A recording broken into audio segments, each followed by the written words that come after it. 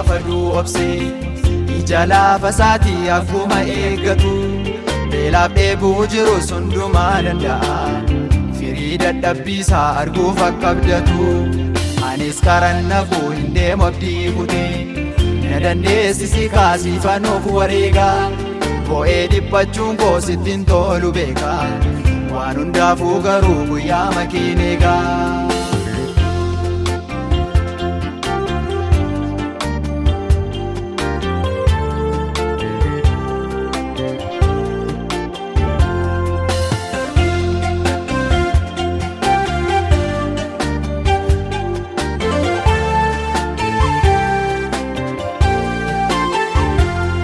Guyyaa dhufee darbuu isa si fincilu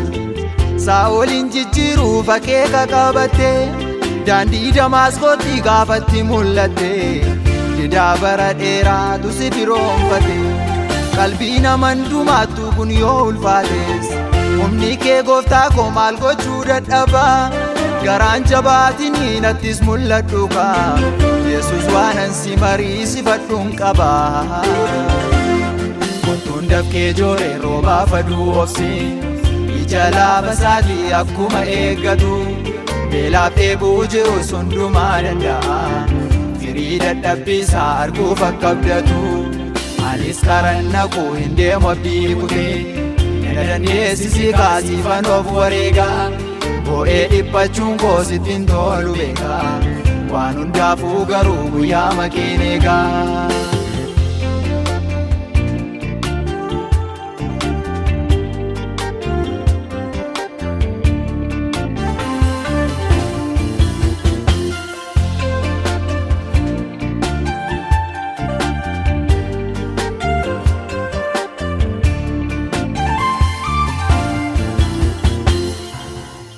Gaafan manaa ba'ee akkasitti yaanne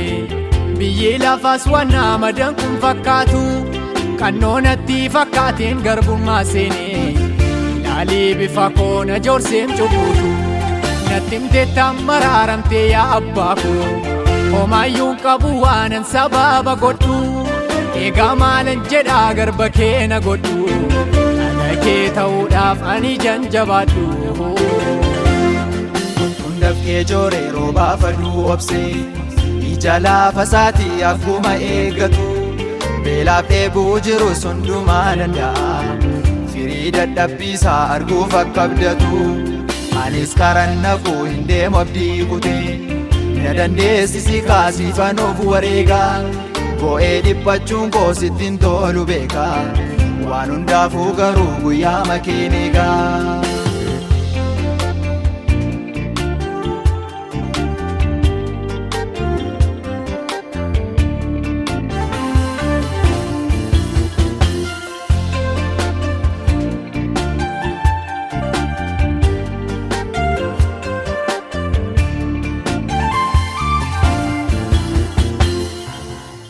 Situ waamamuun fayyuuf erga ragaan taane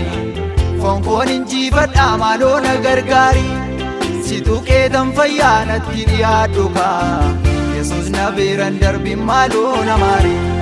naaf mijatus dhiisus wantin si kadhadhu hafuuraa bara bartootaa narra buusi biyya lafaa waggaa hedduu jiraachuurraa nama seenaa kaa'ee darbu na taasisi. Dafkee jooree roobaa faduu obsee ija lafa isaatii akkuma eeggatu beelaaf dheebuu jirus hundumaa danda'a firii dadhabbiisaa arguuf akka abdatu anis karan naquu hin deemu abdii kutee na dandeessisi kaasiifannoof wareegaa bo'ee dhiphachuun koo sittin tolu beeka waan hundaafuu garuu guyyaa makiin eegaa.